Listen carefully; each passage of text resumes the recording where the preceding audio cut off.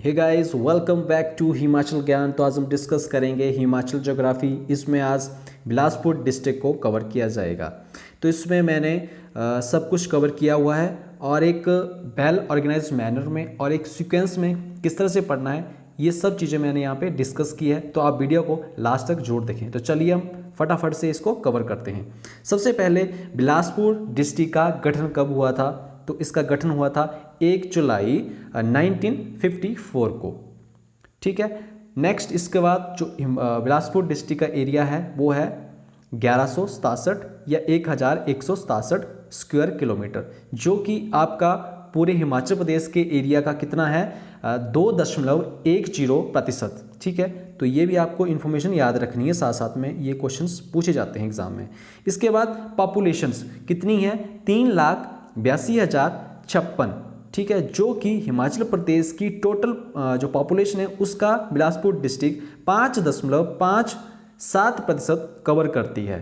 तो परसेंटेज में भी आपको याद रखना है। ये सारी जनगणना है 2011 का सेंसस का डाटा यहाँ पे मैं डिस्कस कर रहा हूँ सबसे पहले। इसके बाद हेडक्वार्टर, जो कि हेडक्वार्टर है बिलासपुर का, वो है आपका मतलब बिलासपुर का हेडक्वार्टर ही बिलासपुर है। ठीक है। इसके बाद डेंसिटी ऑफ पॉपुलेशंस, जो कि आपकी स्क्वायर किलोमीटर में कितनी है? तो ये 327 है बिलासपुर डिस्ट्रिक्ट की। Next one is sex ratio, कितना है बिलासपुर डिस्ट्रिक्ट का? 981। नेक्स्ट है लिटरेसी रेट, तो ये है 85.87%। अगला है 10 की जनसंख्या वृद्धि दर, जो कि आपकी 2001 से लेके 2011 तक 10 साल की काउंट की जाती है। तो ये 10 की जनसंख्या वृद्धि दर है बिलासपुर डिस्ट्रिक्ट की 12.08%। ये भी आप याद रखें। इसके बाद जो कि बिलासपुर डिस्ट्रिक्ट के विधानसभा क्षेत्र कितने हैं? 4 हैं। तो ये सारा डाटा था आपका, किस तरह से गठन हुआ, एरिया कितना है, और ये सब डाटा जो है आपका 2011 जनगणना के अकॉर्डिंग था।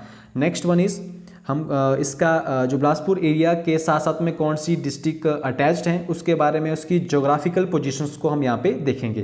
तो चलिए हम डिस्कस करते हैं। ये रहा सबसे पहले बिलासपुर डिस्ट्रिक्ट बीच में। तो बिलासपुर डिस्ट्रिक्ट के जो नॉर्थ में है, हर एक चीज़ का नॉर्थ साउथ ईस्ट वेस्ट आपको पता होना चाहिए, तो आप इसको इजीली कर सकते हो। तो मैप के अकॉर्डिंग इसको करते हैं। बिलासपुर डिस्ट्रिक्ट के नॉर्थ में कौन सी डिस्ट्रिक्ट है? तो यहाँ पड़ती है आपकी हमीरपुर, और यहाँ पे साथ में मंडी डिस्ट्रिक्ट, मतलब इस एरिया में जो कि आपका नॉर्थ ईस्ट एरिया है इसमें मंडी डिस्ट्रिक्ट पड़ती है। और नेक्स्ट वन इज ईस्ट में चल जाते हैं हम, तो यहाँ पे मंडी तो है साथ साथ में, बट साउथ ईस्ट में आपकी सोलन डिस्ट्रिक्ट पड़ती है, और जो कि सोलन डिस्ट्रिक्ट आपकी साउथ तक रहती है। मतलब यहाँ पे मंडी, देन आपकी ईस्ट जो कि साउथ ईस्ट में आपका सोलन से ले, मतलब साउथ ईस्ट और साउथ में आपका सोलन डिस्ट्रिक्ट ही रहती है। और ये जो आपका साउथ से लेके वेस्ट तक जो रीजन है ना, यहाँ पे ये पंजाब का रीजन को मतलब अटैच करती है। देन आपका बचा हुआ नॉर्थ और वेस्ट वाला रीजन, ये वाला रीजन यहाँ पे आपका ऊना डिस्ट्रिक्ट से अटैच करती है। तो इस तरह से आपके डिस्ट्रिक्ट पूछ जाए तो एक हमीरपुर, दूसरा मंडी एंड तीसरा सोलन एंड चौथा ऊना, मतलब इसकी 4 डिस्ट्रिक्ट बिलासपुर के साथ अटैच करती है। और एक स्टेट जो कि पंजाब है वो बिलासपुर के साथ अपनी बाउंड्री शेयर करता है। तो इस तरह ये होगी बिलासपुर डिस्ट्रिक्ट की geographical positions. Next one is यहाँ लिखा गया है कि सतलुज नदी जिला बिलासपुर को प्राकृतिक रूप से 2 भागों में विभाजित करती है। मतलब सतलुज नदी ये आपके बिलासपुर डिस्ट्रिक्ट को 2 भागों में विभाजित करती है। अगला हम कवर करते हैं पर्वत श्रृंखलाएं, जो कि हमारी माउंटेन रेंजेस है, कौन कौन सी हैं, तो इसको हम डिस्कस करते हैं। सबसे पहले बिलासपुर को सतधार कैलूर भी कहा जाता है, क्योंकि यहाँ 7 पहाड़ियाँ हैं। तो इनके बारे में हम डिस्कस करते हैं कौन कौन सी 7 पहाड़ियाँ हैं। सब यहाँ पे इन्फॉर्मेशन टू दी पॉइंट है, एग्जाम पॉइंट ऑफ व्यू से सब इंपॉर्टेंट है, तो आप इन सभी को ध्यान से पढ़ें। तो पहला है आपका नैना देवी धार। तो नैना देवी धार जो है ना, वो आपकी इसमें आपका टेम्पल पड़ता है, नैना देवी जी का टेम्पल ही नैना देवी धार के इसमें स्थित है, जो कि आपका समुद्र तल से 1100 मीटर की ऊंचाई पे है, और इसकी जो लंबाई है 30 किलोमीटर है, और इसमें कोट कहलूर और फतेहपुर किला भी स्थित है। तो याद रखें कौन कौन सा किला है नैना देवी धार पर? कोट कहलूर और फतेहपुर किला। नेक्स्ट है कोटधार, जिसकी लंबाई 30 किलोमीटर है और ये बछरेटू, इसमें वो बसे किला, साथ में बसीहा, नौन, ददोगा, मलोट किले हैं। मतलब यहाँ पे याद रखें कौन कौन से किले हैं। एक तो बछरेटू है, बसे है, नौन है, ददोगा, मलोट किले यहाँ पे स्थित हैं। और इस जो कि कोटधार की सबसे ऊंची चोटी जिसको कहा जाता है ककरेर, जो कि समुद्र तल से 1430 मीटर की ऊंचाई पर स्थित है। नेक्स्ट वन इज जंजियार धार। तो जंजियार धार सबसे पहले सीरगढ़ इस श्रृंखला को 2 भागों में बांटती है। तो याद रखें कि जंजियार धार में जो ना सीरगढ़ पड़ती है वो इसको 2 भागों में विभाजित करती है। तो दक्षिण भाग को बदौल कहा जाता है और उत्तरी भाग को जंजियार कहते हैं। इंग्लिश वालों के लिए सदर्न पार्ट को बदौल कहते हैं और नदर्न पार्ट को जंजियार कहते हैं। इसकी सबसे ऊंची चोटी है जंजियार, जिसकी समुद्र तल से ऊंचाई है 1100 मीटर। इसमें हम मंदिर देखते हैं। सबसे पहला मंदिर है गुगा गेड़वी और देवी बडोली। तो यहाँ से क्वेश्चन पूछ जाते हैं कि गुगा गेड़वी कहाँ पे है, बिलासपुर में या कौन सी धार में ये स्थित है। तो इस तरह से क्वेश्चन पूछ जाते हैं, तो आपको सब क्वेश्चंस पढ़ के चलना है। नेक्स्ट वन इज त्यून धार। इसकी लंबाई 10 किलोमीटर है। इसकी सबसे ऊंची चोटी सरयू चोटी है, जो कि 1350 मीटर पर स्थित है। सरयू, नौरानगढ़, त्यून का किला, ठीक है, प्योर ब्यानू, हरम्बा देवी, सिद्ध गुरुनाथ के मंदिर स्थित हैं। तो ये जो आपके सरयू, नौरानगढ़, त्यून, ये तीनों किले हैं जो कि त्यून धार पर स्थित हैं। इसके बाद पीर ब्यानू, हरम्बा देवी और सिद्ध गुरुनाथ, ये मंदिर त्यून धार पर स्थित हैं। ठीक है, अलग अलग हैं। यहाँ पे किले हैं 3 और ये 3 मंदिर आपके बिलासपुर डिस्ट्रिक्ट के त्यून धार पर स्थित हैं। Next one is Bandla Dhar. Basically Bandla Dhar जो है ना ये पैराग्लाइडिंग के लिए फेमस है। आपने अगर आप बिलासपुर गए होंगे जहाँ पे पैराग्लाइडिंग के सीजन में, तो आपको देखने को मिल जाएगा कि जो आपके लुहनु ग्राउंड में है ना, वहाँ पे बंदला धार से पैराग्लाइडिंग की जाती है और वो लैंड करते हैं आपके लुहनु ग्राउंड में। ठीक है, तो ये पैराग्लाइडिंग के लिए ही फेमस है। इसके बाद इसकी लंबाई जो है 17 किलोमीटर है और जो इसकी ऊंचाई है वो है 1375 मीटर्स। तो ये आप याद रख सकते हैं। इसके बाद बहादुरपुर जो धार है, इसके बारे में जानते हैं। इस श्रीलंका को अलीगढ़ 2 हिस्सों में बांटती है। याद रखें अलीगढ़ है इस बहादुरपुर जो कि आपकी हिल्स है, इसमें अलीगढ़ पड़ती है, जिसको ये बहादुरपुर धार को अलीगढ़ ही 2 हिस्सों में बांटती है। इसमें बहादुरपुर किला है जो कि 1980 मीटर पर स्थित है और बहादुरपुर किला राजा बिजाई चंद का ग्रीष्मकालीन आवास था। तो ये एक इम्पोर्टेंट फैक्ट्स तो बेसिकली सभी हैं, बट ये आप ज़्यादा ध्यान में रखें। तो राजा बिजाई चंद का ग्रीष्मकालीन आवास था। नेक्स्ट वन इज रतनपुर धार, जो कि आपकी लास्ट है। इसकी लंबाई जो है 11 किलोमीटर है। इसकी ऊंचाई 1230 मीटर है। इसमें रतनपुर किला भी है और इसी किले में अपना आधार बनाकर अंग्रेज जनरल डेविड ऑक्टरलोनी ने गोरखा कमांडर अमर सिंह थापा को हराया था। तो ये एक इम्पोर्टेंट फैक्ट्स हैं जो कि आप यहाँ पे याद रख सकते हैं। तो ये थी पूरा डिस्कशंस जो कि आपकी सत धार, जिसको हम कहा जाता है कि इसमें 7 पर्वत श्रृंखलाएं पड़ती हैं बिलासपुर डिस्ट्रिक्ट में। तो आपको सातों के सातों याद होनी चाहिए। नेक्स्ट हम डिस्कस करते हैं घाटियाँ कौन कौन सी है। सबसे पहली है सतलुज घाटी। तो सतलुज घाटी में ही सतलुज नदी है जो कि अपना इस जो कि घाटी में अपना 90 किलोमीटर का रास्ता तय करती है। और ये सतलुज नदी जो कि अपना प्रवेश करती है बिलासपुर डिस्ट्रिक्ट में।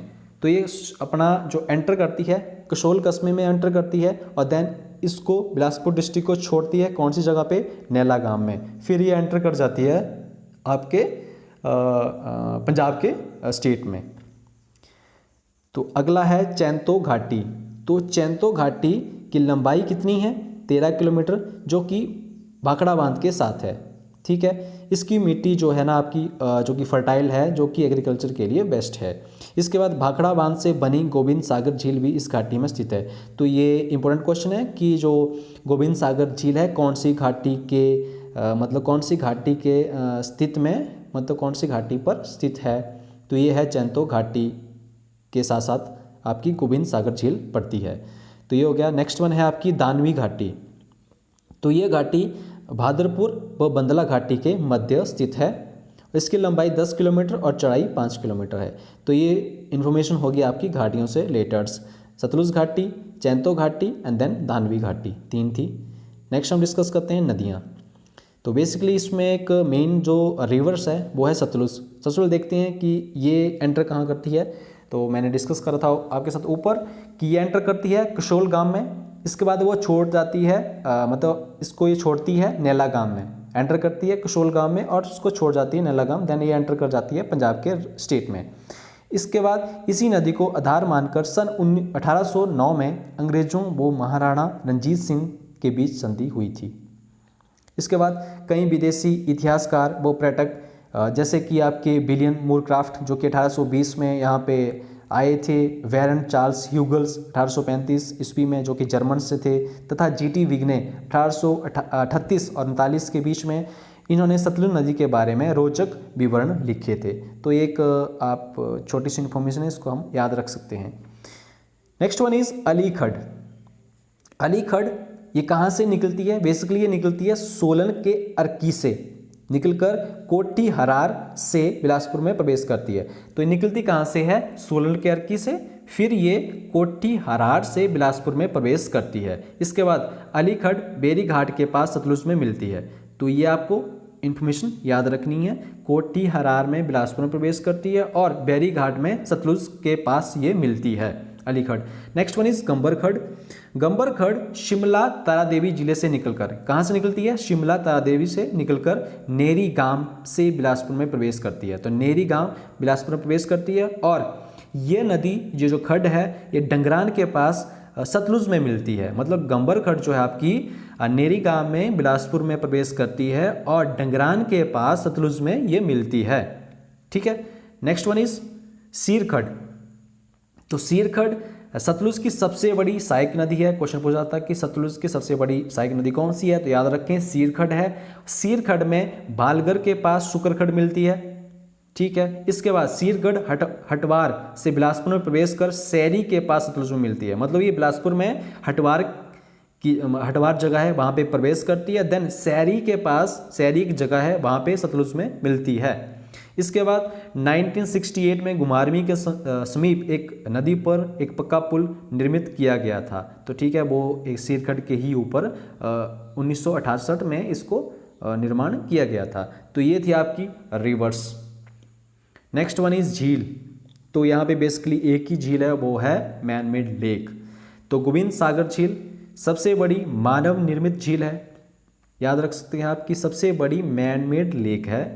झील का निर्माण सतलुज नदी के पानी से हुआ था और भाखड़ा बांध भी इसी नदी पर बना है। झील का क्षेत्रफल कितना है? 168 वर्ग किलोमीटर है। इसके बाद भाखड़ा बांध की आधारशिला 1955 में पंडित जवाहरलाल नेहरू ने रखी थी, जो कि बनकर तैयार हुआ था 1963 में। याद रखें कि ये भाखड़ा बांध 1963 में बना था। इसकी ऊंचाई है 225 मीटर। और जब ये भाखड़ा बांध बना था ना, तो जिसके जो गोविंद सागर झील बनने से जो बिलासपुर जिले के 256 गांव इसमें जलमग्न मतलब डूब गए थे। तो ये इम्पोर्टेंट फैक्ट्स थे गोविंद सागर झील से। नेक्स्ट वन इज यहाँ पे फेमस हैं आपके टैंक और टोबाज। उनके जो मेन है हम इनको डिस्कस कर लेते हैं। सबसे पहले है हौज रिवाल्सर। ये हौज पनौट गांव के समीप है। नेक्स्ट वन इज जगत खाना टैंक, इंपॉर्टेंट है, जिसका निर्माण राजा हीराचंद 1874 ईस्वी में करा था। इसके बाद सवारगढ़ टैंक भी राजा हीराचंद ने ही इनका निर्माण किया था 1874 में। दोनों ही राजा हीराचंद ने इनका निर्माण किया था। इसके बाद नेक्स्ट वन इज संगवाना हौज या टोबा कोला वाला।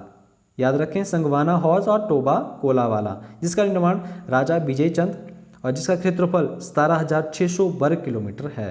नेक्स्ट थोड़े से हम देख लेते हैं कि इंपॉर्टेंट से नैना देवी हौज, जमठाल हौज, कसौल हौज स्थित हैं। मतलब ये सारे जो आपके टैंक और टोबाज हैं ये पड़ते हैं बिलासपुर डिस्ट्रिक्ट में मेन। इसके बाद देखते हैं झरने और वाटरफॉल्स, जो कि दो ही मतलब पड़ते हैं आपकी बिलासपुर डिस्ट्रिक्ट में। पहला है बस्सी, दूसरा है लुंड। ठीक है, दोनों झरने हैं। नेक्स्ट हम बात कर लेते हैं वाइल्ड लाइफ सेंचुरी के बारे में, वन्यजीव अभयारण्य। पहला है आपका गोविंद सागर वाइल्ड लाइफ सेंचुरी, जिसका क्षेत्रफल जो है 100 वर्ग किलोमीटर है और इसका जो वाइल्ड लाइफ सेंचुरी घोषित किया गया था 5 दिसंबर 1962 में इसको वाइल्ड लाइफ सेंचुरी घोषित किया गया था। इसके बाद है आपका दूसरा Naina Devi wild life sanctuaries, जिसका क्षेत्रफल मतलब इतने क्षेत्रफल में फैली हुई है 123 स्क्वायर किलोमीटर में, और इसका जो वाइल्ड लाइफ सेंचुरी इसको घोषित किया गया था 5 दिसंबर 1962 में 1962 में। तो ये दो हैं, इनको आप जरूर याद रखें। इसके बाद हम डिस्कस करते हैं टेम्पल्स, मंदिर कौन कौन से हैं बिलासपुर डिस्ट्रिक्ट में। सबसे पहला है नैना देवी मंदिर, जिसका निर्माण आपका वीर चंद चंदेल ने किया था। इसमें सती के नैन गिरे थे। तो बेसिकली आप याद रखें कि नैना देवी मंदिर आपका बिलासपुर डिस्ट्रिक्ट में है। इसका निर्माण वीर चंद चंदेल ने किया था और ये नैना देवी के धार पर स्थित है। तो इस तरह से इन्फॉर्मेशन आप याद रखें। Next one is Gopal ji मंदिर, जिसका निर्माण राजा आनंद चंद ने 1938 ईस्वी में किया था। अगला है मुरली मनोहर मंदिर, जिसका निर्माण राजा अभय संत चंद ने करवाया था। अगला है देवभाती मंदिर, जिसका निर्माण राजा दीपचंद ने करवाया था। Next one is Baba Balaknath मंदिर। ये थोड़ा सा कन्फ्यूजन में रहता है कि कहाँ पड़ता है। ये आपका बिलासपुर डिस्ट्रिक्ट के साथलाई में स्थित है। अगला है गुगा मंदिर, हमने पढ़ा गुगा गेड़वी, जो कि आपका जंजियार धार में स्थित है। इसके बाद रंगनाथ मंदिर भी है, नरसिंह मंदिर जो कि आपके धौलरा में स्थित है। इसके बाद लखताता मंदिर जो कि आपका पीर पियाणु में स्थित है। तो ये सारे मंदिर थे आपके बिलासपुर डिस्ट्रिक्ट के। Next one is fair and festival, कौन कौन से होते हैं बिलासपुर डिस्ट्रिक्ट में। सबसे पहला है आपका नैना देवी मेला, जो कि आपका अगस्त के मंथ में लगता है। नेक्स्ट वन इज गुगा मेला, जो कि आपका अगस्त और सितंबर जो कि आपका घेड़मी में लगता है। ठीक है, गुगा घेड़मी जगह है ना, वहाँ पे इसका ऑर्गेनाइज किया जाता है अगस्त और सितंबर के मंथ में। नेक्स्ट वन इज मारकंडा मेला, जो कि अप्रैल माह में जुखाला में इसको ऑर्गेनाइज किया जाता है। और सबसे जो फेमस मेला है बिलासपुर डिस्ट्रिक्ट का वो है नलवाड़ी मेला। तो देखते हैं, ये आपका शुरू किया गया था सबसे पहले ये मेला डब्ल्यू गोल्डस्टीन ने शुरू करवाया था 1889 में। 1889 में इसको शुरू करवाया था। और यह उसमें जब ये मेला ऑर्गेनाइज मतलब शुरू किया गया था तो उसमें कहलूर जो कि बिलासपुर के राजा थे, राजा अमरचंद। नेक्स्ट है इसको बाद में इसको स्टेट फेयर मतलब राज्य स्तरीय मेला घोषित किया गया, जो कि लुहनू ग्राउंड में ऑर्गेनाइज किया जाता है। और ये बेसिकली मार्च महीने में मतलब इसको मनाया जाता है और इसे पशु मेला भी कहते हैं। तो पहले इसमें जैसे पशुओं को जगह जगह से लाया जाता था और उसमें उनका व्यापार किया जाता था। बट बेसिकली मुझे लगता है कि आजकल जहाँ मैंने देखा है कि इस मेले में अब पशुओं का जो रीति रिवाज है वो कम हो गया है। इसमें कुछ कुश्ती के आयोजन किए जाते हैं, कल्चर नाइट, कुछ मतलब इसमें एक्टिविटीज़ मतलब इसमें परफॉर्म की जाती है अब। और ये मेला आई थिंक 1 सप्ताह तक रहता है। तो इस तरह से इसकी इन्फॉर्मेशन आप याद रखें। तो ये थे आपके फेयर एंड फेस्टिवल। नेक्स्ट हम डिस्कस करते हैं हाइड्रो इलेक्ट्रिसिटी पावर प्रोजेक्ट कौन कौन से हैं बिलासपुर डिस्ट्रिक्ट के। पहला है आपका भाखड़ा परियोजना। तो इसकी जो कैपेसिटी है, क्षमता है, कितनी है 1325 मेगावाट, जो कि सतलुज नदी पे इसको बनाया गया है। और इसको 1963 में बनकर ये तैयार हुआ था। ठीक है, जिसको मतलब इस सन में इसको मतलब जनता के लिए समर्पित कर दिया गया था। इसकी जो ऊंचाई है हमने ऊपर पढ़ा था 225 मीटर है। और इसको जिसको निर्माण जो किया गया था ये भाखड़ा विद्युत मैनेजमेंट बोर्ड के द्वारा इसको मतलब संचालित किया जाता है या उनके द्वारा इनको बनाया गया था उस टाइम में। तो इसके अंडर है ये। ठीक है, BBMB के अंडर है ये। अगला है कोल बांध परियोजना, जो कि आपकी कोल डैम परियोजना है। ये है आपकी 800 मेगावाट की। ये भी सतलुज नदी पे बना है और इसका जो निर्माण किया गया था NTPC national thermal power corporation के द्वारा इसको निर्माण किया गया था। इसमें रूस की सहायता भी ली गई थी। इसमें जो नींव रखी थी वो 5 जून 2000 में रखी थी और इसका जो कार्य शुरू हुआ था 14 जनवरी 2004 को कार्य शुरू हुआ था। इसमें 4 इकाइयाँ हैं। पूछ लेते हैं कि कोल डैम में कितनी इकाइयाँ हैं। इसमें इस परियोजना की 4 इकाइयाँ हैं और ये 2015 में चालू हो गई थी, मतलब फुली फ्लैश ये काम करना शुरू कर गई थी 2015 में। 4 इकाइयाँ हैं, याद रखें। 2 ही है हाइड्रो इलेक्ट्रिसिटी प्रोजेक्ट हैं। पहला है भाखड़ा परियोजना, दूसरा है कोल बांध परियोजना। नेक्स्ट वन इज के फोक सॉन्ग, लोकगीत, सबसे पहले है मोहना, गंभरी, बालो एंड झुंझुनू। तो ये आपके फोक सॉन्ग है। इसके बाद एक ही आपका लोक नाट्य जिसको हम ड्रामास कहते हैं। बेसिकली जो हमीरपुर बिलासपुर डिस्ट्रिक्ट से मतलब यहाँ की जगह से मतलब आते हैं, बिलोंग करते हैं, उनको पता होगा कि धाजा होता है यहाँ पे ड्रामास, और जिन्होंने देखा होगा उसमें कुछ ऐसे हंसी मजाक किया जाता है इस ढांचे में, एक्टिविटी में। तो ये एक आपका लोक नाट्य है, ढांचा जिसका नाम है। अब ये थे आपके टोटल जो भी इंफॉर्मेशन थी हर एक पर्टिकुलर सेक्शन से। अब हम देखते हैं कि जो कुछ ऐसी महत्वपूर्ण इन्फॉर्मेशन है जिसको हम कवर करते हैं इन फैक्ट्स के द्वारा। तो सबसे पहले देखते हैं कि दियोली बिलासपुर में एशिया का सबसे बड़ा ट्राउट मछली फार्म है, जिसको मतलब जिसकी शुरुआत की गई थी 1962 में, इसको स्थापित किया गया था। और ये एक इम्पोर्टेंट क्वेश्चन बनता है कि किस खड्ड के किनारे स्थित है। तो ये है अली खड्ड पर इसको निर्माण किया गया है इस ट्राउट फार्म का। नेक्स्ट है बरवाना में एसीसी सीमेंट फैक्ट्री है। इसके बाद स्वारघाट में पशु रोग नियंत्रण कक्ष स्थित है। बिलासपुर में 1944 में पहला बैंक जिसका नाम है बैंक ऑफ बिलासपुर की स्थापना की गई थी। इसके बाद हिमाचल प्रदेश राज्य सहकारी बैंक की पहली शाखा बिलासपुर में 1956 में स्थापित की गई थी। याद रखें, पहली राज्य सहकारी बैंक की शाखा जो बिलासपुर में स्थापित की गई थी 1956 में। नेक्स्ट वन इज कोटीपुरा बिलासपुर में पशु प्रजनन केंद्र स्थित है। रघुनाथपुरा में बिरोजा फैक्ट्री है और बरठी में नवोदय स्कूल स्थित है। इसके बाद नेक्स्ट इंफॉर्मेशन है आपकी, बिलासपुर के कंदरौर में एशिया का सबसे ऊंचा पुल है जो कि आपका सतलुज नदी पे बना है। ठीक है, तो इसका जो निर्माण हुआ था, ठीक है, 1959 से लेकर 1964 के बीच पे सतलुज नदी पे इसको बनाया गया है, जिसकी हाइट 80 मीटर है, 80 मीटर इसकी हाइट है, और ये एशिया का सबसे ऊंचा पुल है। इसके बाद सलापड़ पुल जिसका निर्माण 1960 से लेकर 1964 के बीच में हुआ था। गमरौला पुल, इसके बाद घाघस पुल जो कि अलीखड़ के ऊपर स्थित है और ये नेशनल हाईवे इसके साथ अटैच्ड है 921। इसके बाद बिलासपुर में खनन और लकड़ी के सामान की फैक्ट्री है जिसको कहा जाता है HP general industry corporation limited, जिसकी स्थापना 1988 ईस्वी में की गई थी। इसके बाद स्वारघाट बिलासपुर में प्राकृतिक गैस है, नेचुरल गैस पाई जाती है। कोठीपुरा में डोलोमाइट पाई जाता है। और बिलासपुर में जो कि आपको कहा जाता है कि गुरु का लौर कहाँ पे स्थित है, जो कि बिलासपुर में है। और हिमाचल प्रदेश में एक ही नेशनल NCC जो कि नेशनल कैडेट कॉर्प्स की यूनिट है नेवल एकेडमी की, वो कि आपकी बिलासपुर डिस्ट्रिक्ट में ही स्थित है और जिसको स्थापित किया गया था मार्च 1963 में। तो याद रखें, इंपॉर्टेंट क्वेश्चन है जो कि एक ही है हिमाचल प्रदेश में नेवल NCC जो कि आपकी यूनिट है। तो गाइस ये थी पूरी इन्फॉर्मेशन रिलेटेड टू आपकी बिलासपुर डिस्ट्रिक्ट की ज्योग्राफी। मैंने आपको यहाँ पे पूरा एक नोट्स की फॉर्म में यहाँ पे मैंने पढ़ाया कि आपको किस तरह से आपको नोट्स बनाने हैं और किस तरह से आपको एक इन्फॉर्मेशन को एक वेल ऑर्गेनाइज मैनर से पढ़ना है, सीक्वेंस में पढ़ना है, ताकि आपको बार बार बुक्स उठाने की जरूरत ना पड़े। तो आपको इन्फॉर्मेशन कैसी अच्छी लगती है तो आप कमेंट बॉक्स में अपनी राय जोड़ दें और मिलते हैं नेक्स्ट सेशन में। तब तक के लिए बाय बाय, टेक केयर।